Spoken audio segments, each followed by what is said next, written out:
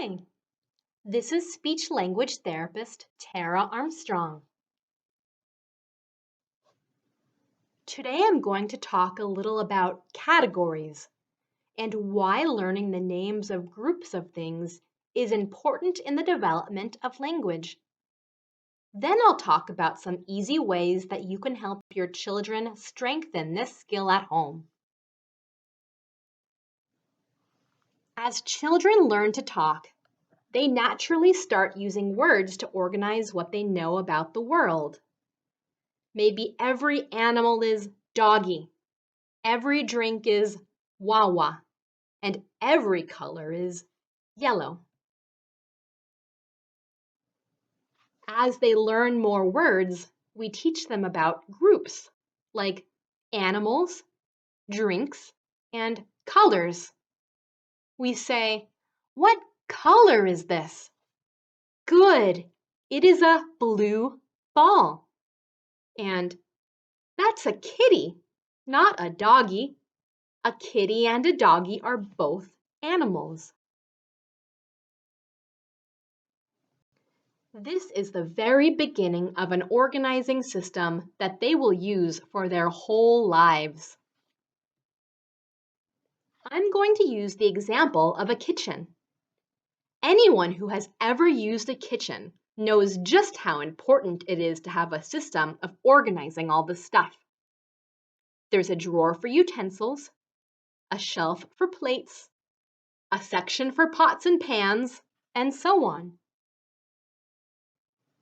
If there wasn't a system, we would never be able to find what we needed when we wanted it. We would have no idea where to put new things, so we would pile everything on the counter or shove things randomly into cabinets.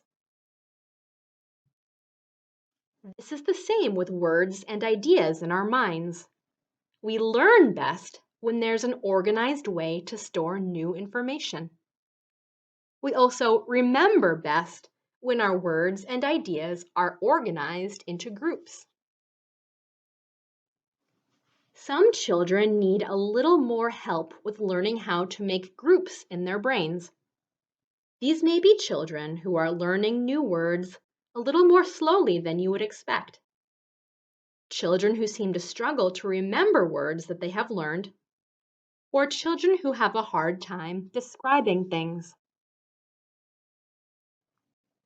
Let's imagine we were playing a guessing game together. You want me to guess an object, but you can't say the word. And here's the object. So, what are you going to say?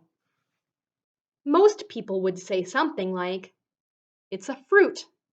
It's yellow and you peel it. Monkeys like to eat it." The first thing that came into your mind was fruit, the group that the thing belongs to. Then you added more details to narrow it down for me. It was very easy for me to guess. It was also very easy for you to describe. That's because our brains are organized by group and then into smaller details. But describing this object is going to be a lot harder for a child who doesn't know how to name the group. They might say yellow and you eat it. Is it cheese? Is it a lemon? This young child doesn't yet know all of the extra descriptive words that we might use, like peel, long, and bunch. We need to teach that child that banana is in a big group called food and in a littler group called fruit. Other things that they already know about are in this group. Children don't naturally know that these things are in a special group. They might know that they eat them, but they also eat ice cream and sometimes Play-Doh. So we teach them. We help them to learn that fruits are a kind of food that grow on plants. They have features in common, like peels and seeds and sticky juice.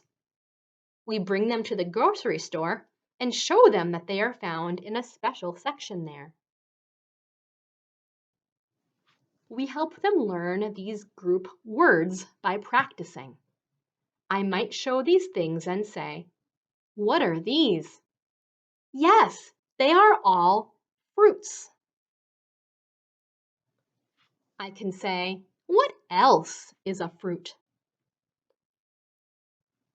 Yes, a strawberry is a fruit. No, broccoli is not a fruit. Broccoli is a vegetable. When your child learns and understands a category like fruit, now there's a place to put new knowledge and words. We can teach a new word like fig. We say that a fig is a fruit. The child is going to have a much easier time understanding what this thing is. If it's called a fruit, he knows that it's a kind of food to eat that comes from a plant. It has seeds and sticky juice.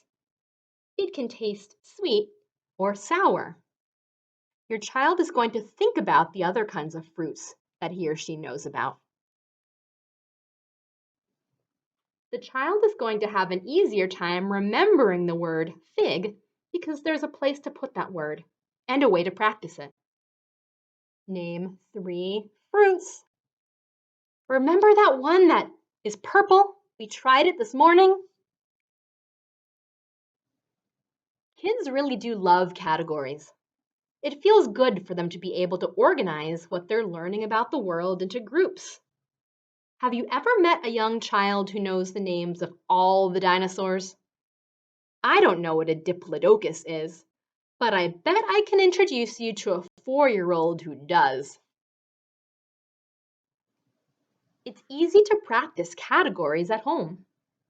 The home is a great place to learn about categories because the things in your home are already organized into big groups by room and smaller groups by area and use.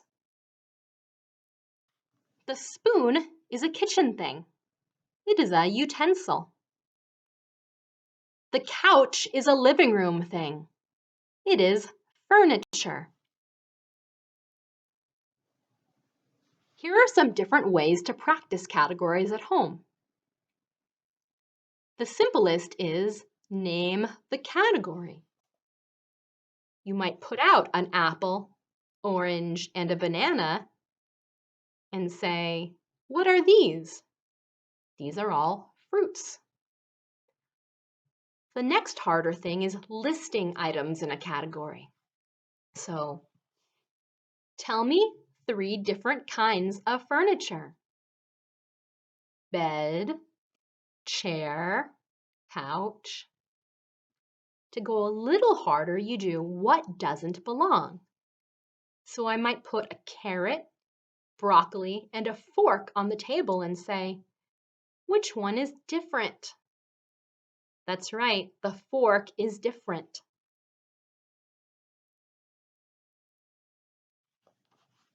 For older kids, you can try that guessing game that I talked about before.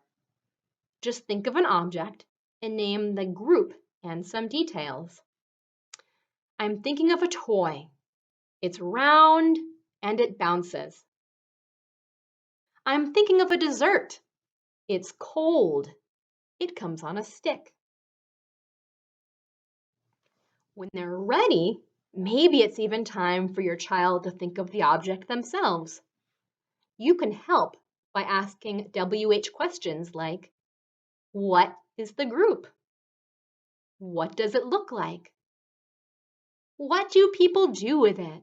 And where do you find it? Here's a list of some different kinds of categories to talk about at home. For younger children, some examples are animals, body parts, clothes, shoes, jewelry, etc. I'll post these for you to look at later. I also have a list of some ideas of categories for older children: snacks, fruits, vegetables, etc. So thanks for joining me, families. I hope this was helpful. Stay healthy and happy, everyone. Bye.